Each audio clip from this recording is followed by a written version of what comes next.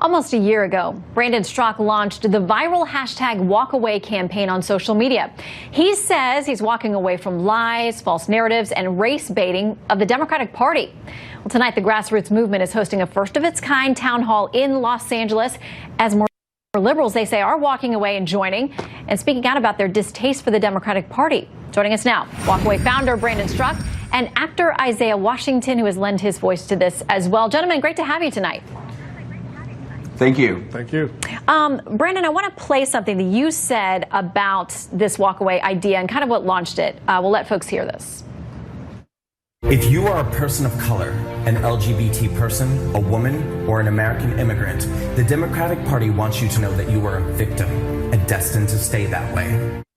Brandon, how did you come to that place and decide to launch this movement?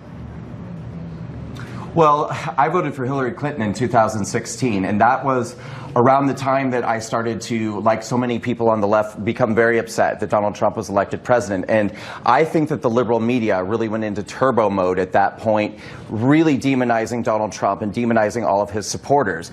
It started to become very clear to me that something wasn't right, because the world that I was living in reality wasn't matching the narrative that I was hearing on the liberal media, which kept telling me that if you're gay, you're in danger. If you're black, you're in danger. If you are a brown person, you're in danger. And I just wasn't seeing it, and I wasn't really feeling it or hearing it when I was talking to Trump supporters.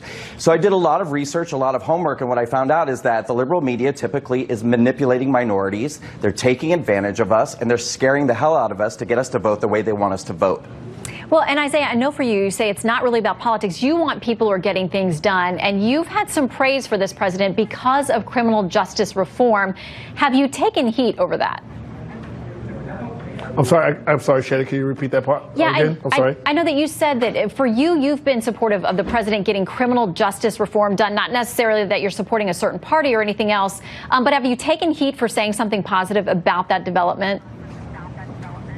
Yeah, well, I take great issue with me being blasted and excoriated for supporting President Trump for doing a good thing.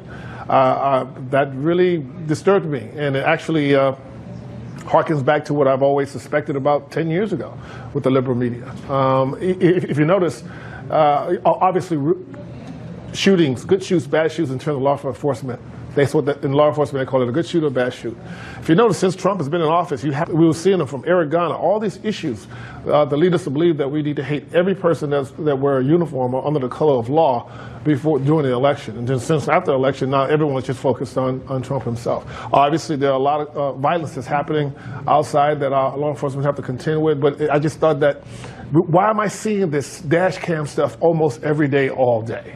I've always said from 10 years ago that I really feel like there needs to be a class action lawsuit against CNN and other organizations that are using us to pit us against one another in misrepresentations or just making up news as negative events with style.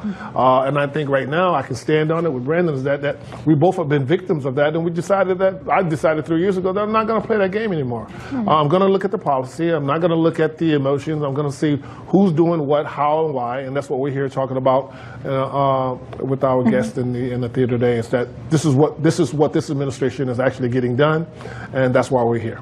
Yeah, and Brandon, quickly, you say that it's not necessarily running to the Republican Party, but it's walking away from kind of groupthink or a mindset that tells you have to be a certain way or be with a certain group. Absolutely right. The Walkaway campaign is, I say, it's a journey, not a destination. We're not telling people where to go, what to think. We're not leading people out of groupthink into more groupthink. We're saying that if you are a minority in America or anybody in the Democratic Party or on the left, you do have a choice. You don't have to vote Democrat. You can do your research. You can do your homework. You can search for truth. And there is a seat at the table for you, no matter who you are, if you're an American.